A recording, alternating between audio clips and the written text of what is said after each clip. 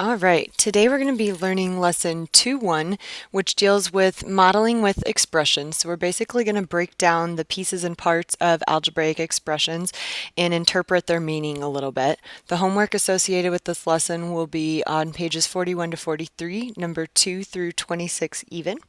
We're going to start with a little bit of vocabulary. Taking it back to elementary school, numerical expressions would be expressions that contain only operations and numbers, such as this.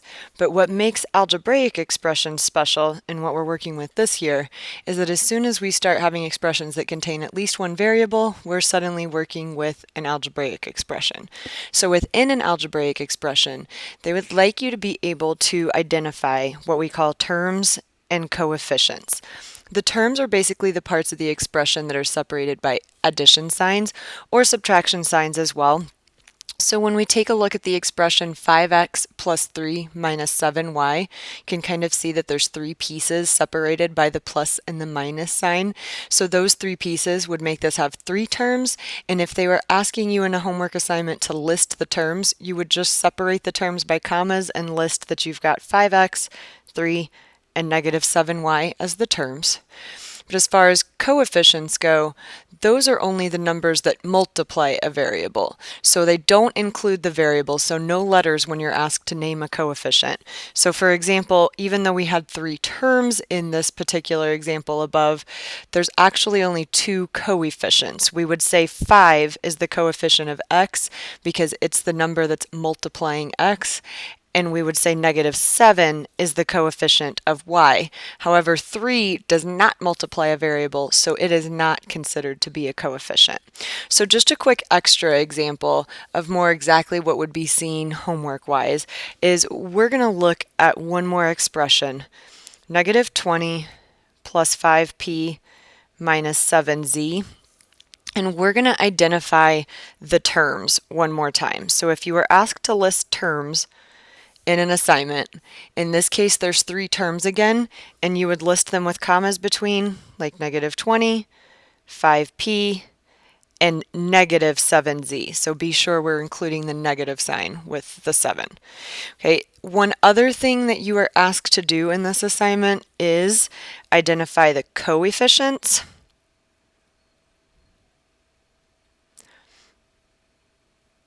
So again, even though there were three terms, the only coefficients in this expression would be the 5 and the negative 7 because they multiply a variable.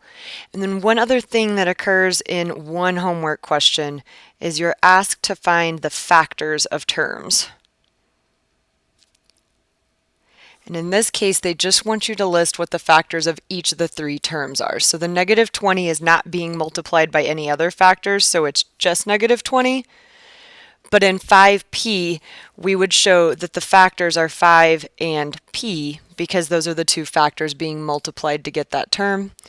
And then again with negative 7z, your factors would be negative 7 and z. Moving forward, another skill we want to be able to do in this lesson is take a situation and represent it with an algebraic expression containing a variable. So we're going to give these three a shot real quick. Enrique collected 7 more than 2 times as many recyclable bottles, B, as Natasha collected. Write an expression for the number of bottles Enrique collected in all. So they've told us that they would like us to use the variable B for the bottles, and if Enrique collected 7 more than 2 times the amount of bottles, this expression would represent that situation. Another one here, Mr. McKay bought B boxes of crackers for $3 each and P pounds of cheese for $4 per pound. How much did he spend in all? Basically, we know he spent $3 per box of crackers. He spent $4 per pound of cheese, and if they ask how much did he spend in all, we would want to add the boxes of crackers and the pounds of cheese together, and that would be our total for how much he spent in all. Okay, and then on the final one here, Jean walked 1 mile to her friend's house and then bicycled for 2 hours at m miles per hour. Write an expression for the total length of her trip. So in this case, we know that she'd already gone 1 mile previously and then 2 hours at m miles an hour. So 2 hours at m miles an hour could be represented by multiplication, plus the 1 mile she had already walked would get you the total length of her trip. So in addition to this, there are a few other extra notes we would add to make sure we're ready for everything that appears in this assignment. You're going to be asked at some point to interpret algebraic expressions in context. So to do this, we're going to look at a couple of examples off of page 39 in the Your Turn section. So these problems start by saying, George is buying watermelons and pineapples to make a fruit salad. He buys W watermelons at $4.49 each and P pineapples at $5 each. What does the expression 4.49W plus 5P represent? So in other words, they're looking for meaning here, not an answer for what it equals because we don't have enough information for that, but just what do you get by performing this expression? So in this case, since this is the amount he spends per watermelon and this is the amount per pineapple, when we add those together, we would say this is the total cost of watermelons and pineapples.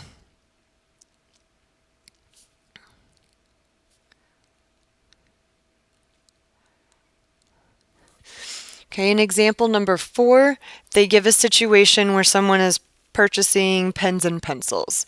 It says Sandy buys 5 fewer packages of pencils than P packages of pens. So P represents pens.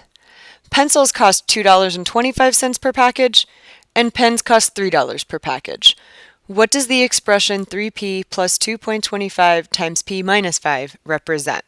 So when we think about the fact that p stands for packages of pens, this makes sense that $3 per package of pens is represented right here. So this would give you the cost of your pens.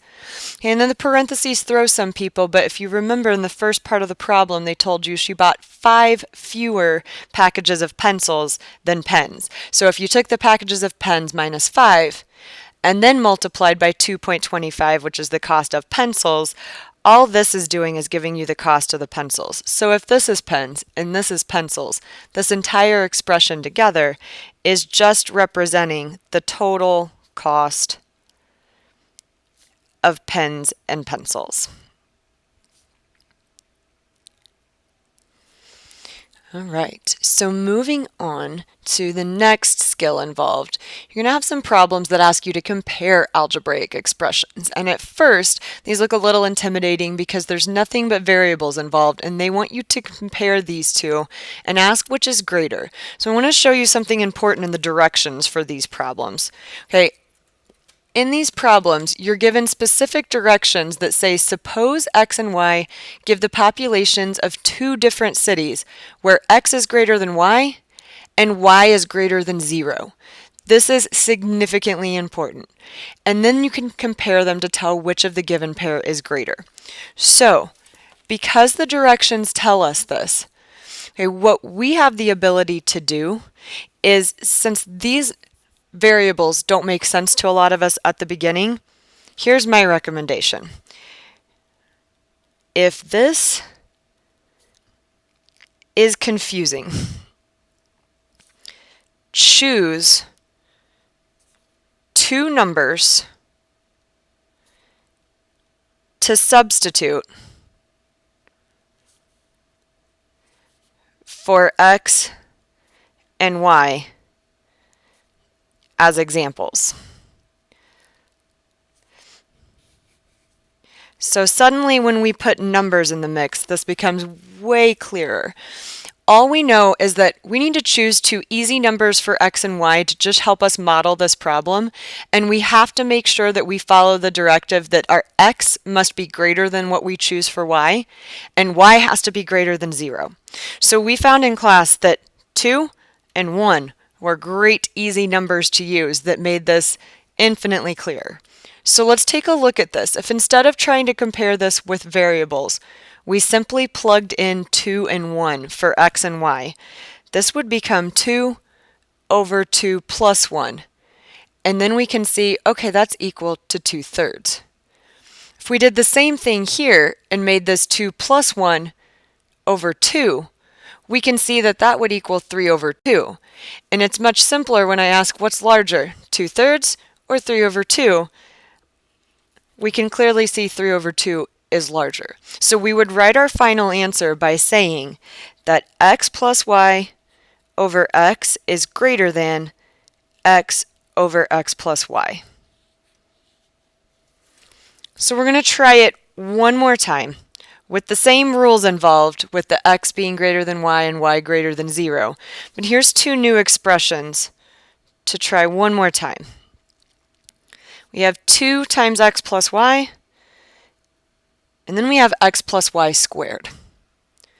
So some might be able to reason out that something with an exponent is probably going to be greater than something being multiplied by 2. But if it's still a little confusing, again, substituting numbers in makes it much clearer.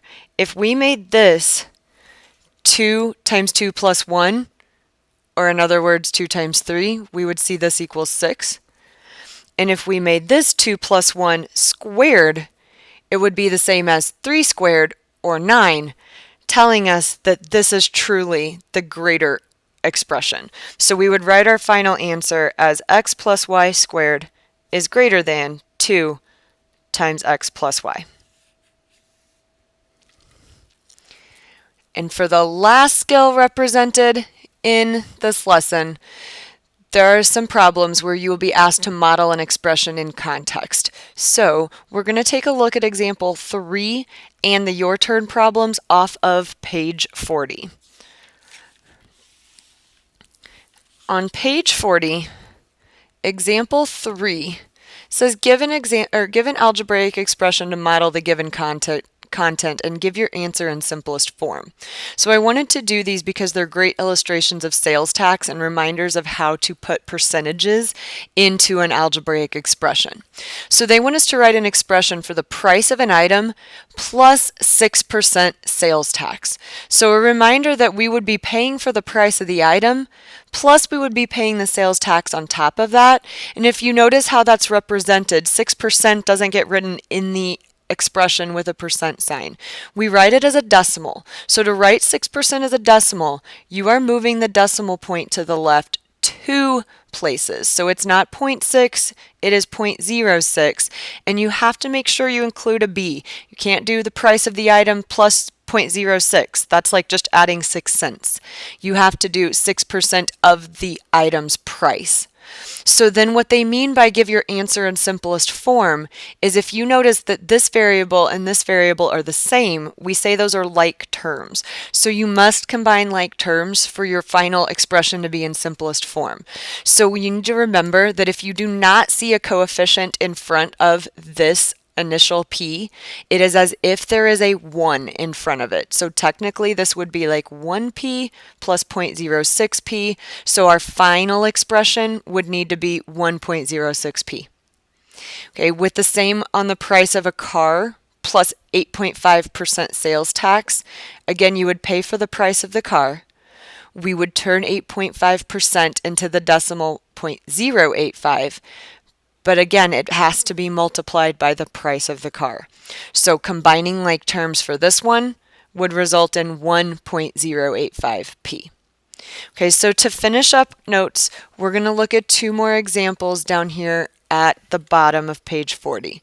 In number 9, we're being asked to write an expression for the number of gallons of water in a tank that already has 300 gallons in it after being filled at 35 gallons per minute for m minutes. So in this situation, we know that the tank started with 300 gallons in it already, and then it has been filled at 35 gallons per minute.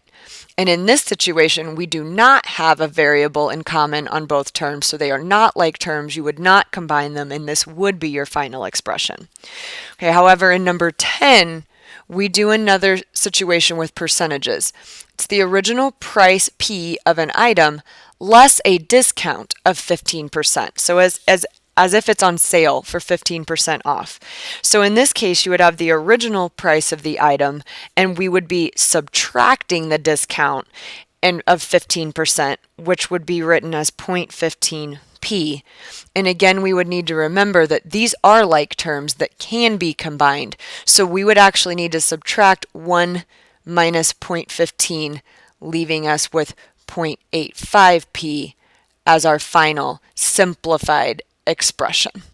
So that will do it for lesson 2-1.